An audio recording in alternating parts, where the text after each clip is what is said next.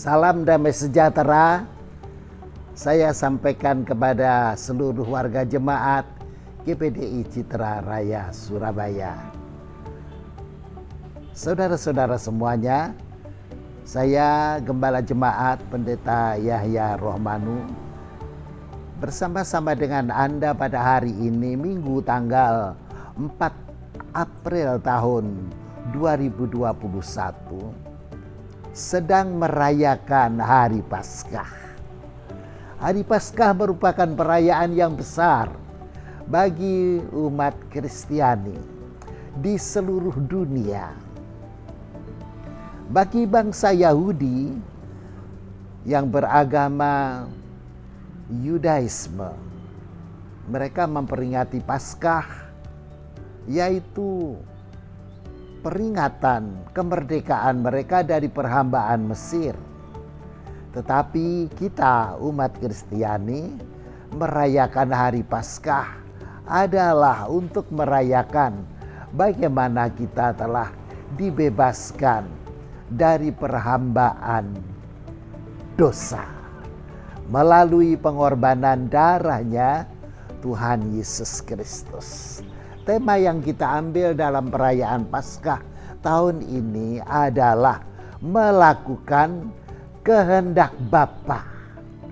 Seperti yang tertulis di dalam Injil Matius pasal 27 ayatnya yang ke-40.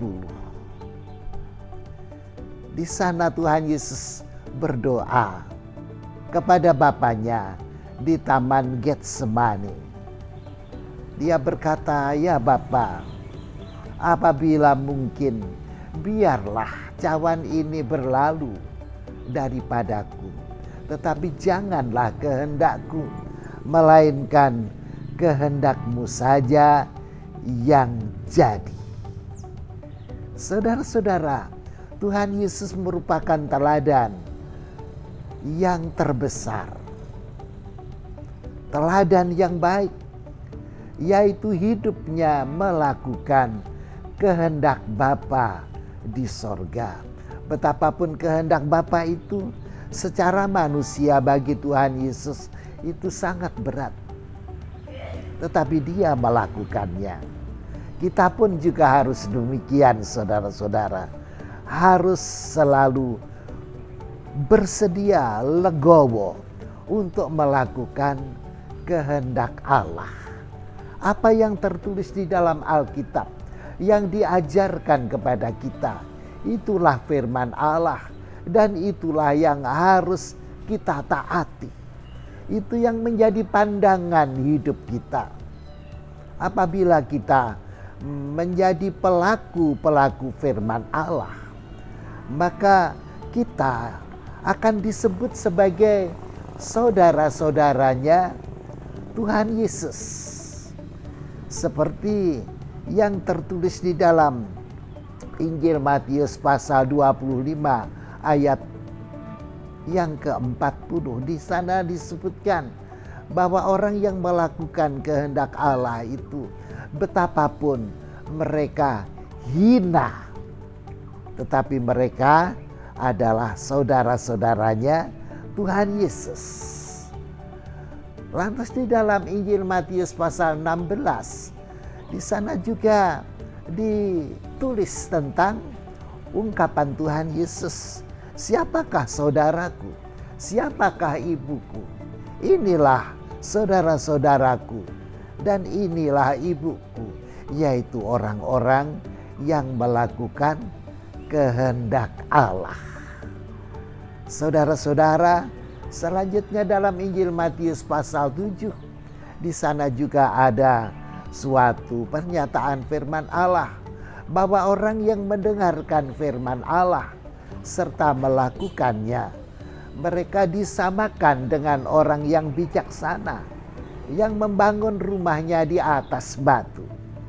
Maka ketika hujan datang, banjir melanda dan angin menerjang, maka bangunan itu tetap berdiri kokoh karena beralaskan batu yang kuat.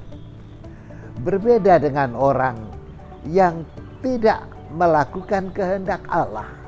Mereka seperti orang bodoh yang membangun rumahnya di atas pasir. Maka ketika hujan datang dan banjir melanda serta angin menerjang, robohlah rumah itu dan hebatlah kerusakannya. Saudara-saudara sekalian, di dalam surat Yakobus pasal yang pertama ayat 25, di sana disebutkan orang yang suka melakukan kehendak Allah itu adalah orang-orang yang akan dianugerahi dengan kebahagiaan. Dan di dalam surat 1 Yohanes pasal 2 ayat 15 sampai 17, di sana ditegaskan bahwa orang yang melakukan kehendak Allah akan hidup kekal sampai selama-lamanya. Langit dan bumi akan lenyap, tetapi orang-orang yang melakukan kehendak Allah, yaitu firman Allah, akan tetap sampai selama-lamanya. Demikian yang ditulis di dalam Injil Markus pasal 13 ayat yang ke-31. Puji Tuhan, saudara-saudara, jadilah anak-anak Tuhan yang taat, yang setia, yang patuh, selalu melakukan firman Allah. Tuhan Yesus memberkati. Salam pengabdian.